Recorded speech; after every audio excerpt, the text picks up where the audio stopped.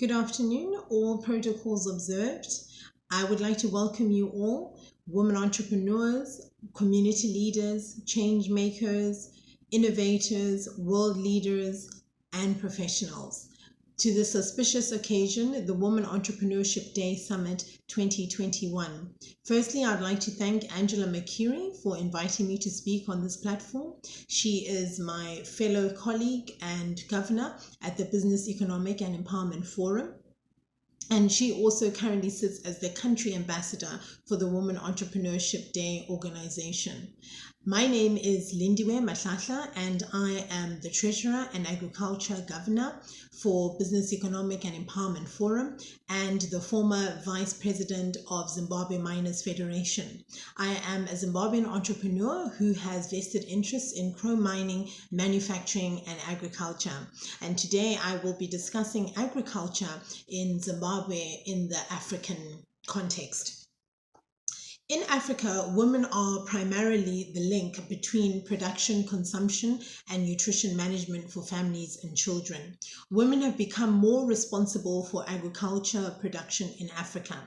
Statistics show that sub-Saharan Africa women provide more than 50% of agricultural labor, which is the highest proportion in the world. In Zimbabwe, 61% of our farmers are women, and 70% of the labor force is women.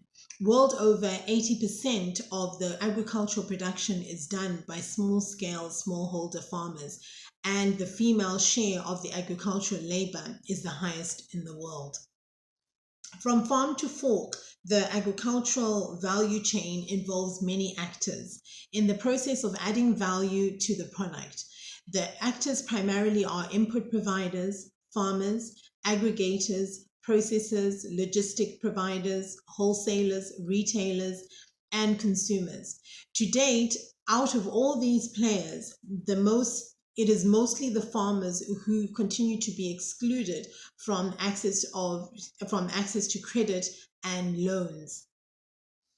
Despite the large contribution by agriculture to GDP and employment versus loans provided for agriculture, there remains a large disparity despite the obvious return on investment. Today, I'd like to discuss how we as women can dialogue with our government on policy measures that can create impact in agriculture and advance women forward. By opening up new opportunities for women, we help them to develop our nations and provide new streams of income, which help lift themselves out of poverty. When women have more economic empowerment and more opportunities, it helps the whole community to grow and prosper, and ultimately the nation at large. Women in agriculture have also graduated to provide food-related, non-farming activities, such as processing, preservation, and marketing of agricultural products.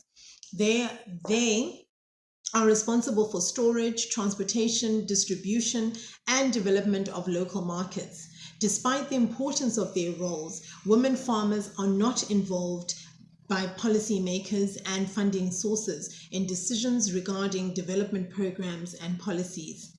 They have little access to training on technical and management issues, and they are not able to access equipment and inputs that are intended for smallholder farmers.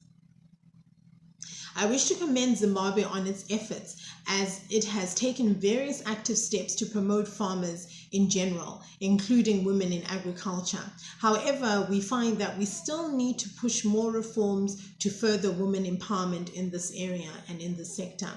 I propose the improved implementation of some of the following policy measures, and in some instances request introduction of policy measures to help increase agricultural production and to also provide a base for agro-processing for industrial development in the country.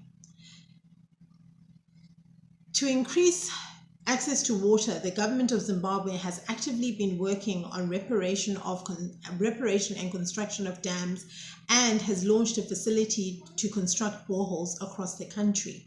Furthermore, there have been plans to construct pipelines to bring water to communities across Zimbabwe.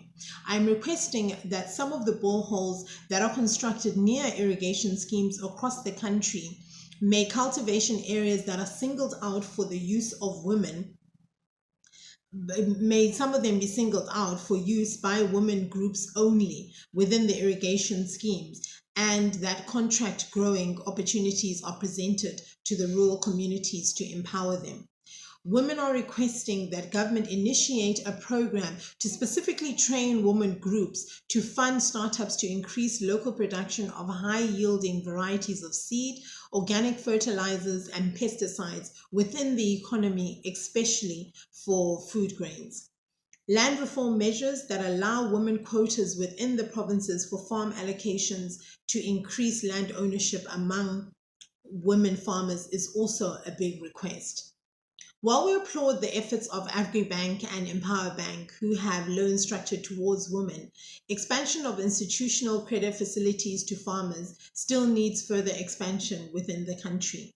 Due to lack of assets, women are still find themselves at the lower end of approved loan facilities, and are therefore asking for programs that allow or offer loans against machinery and equipment purchased to enable mechanization.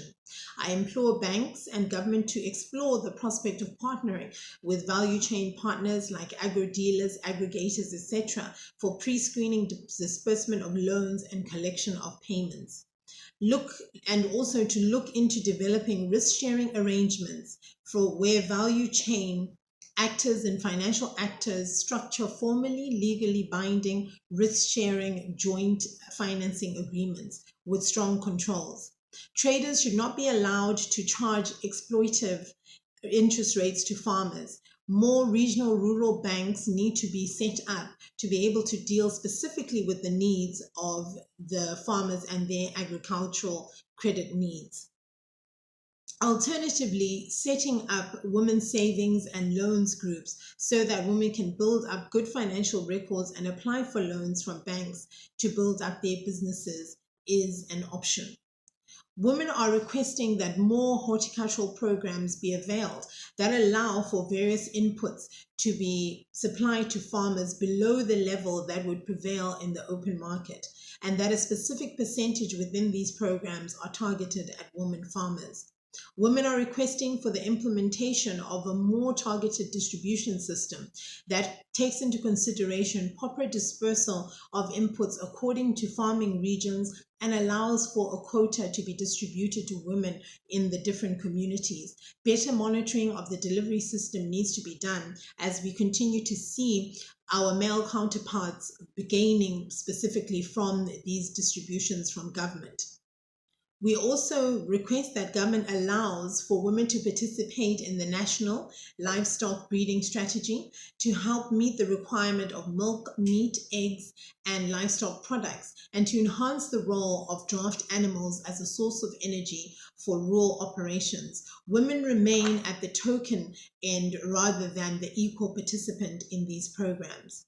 Rural electrification and infrastructure should be given high priority as a prime mover for agricultural development.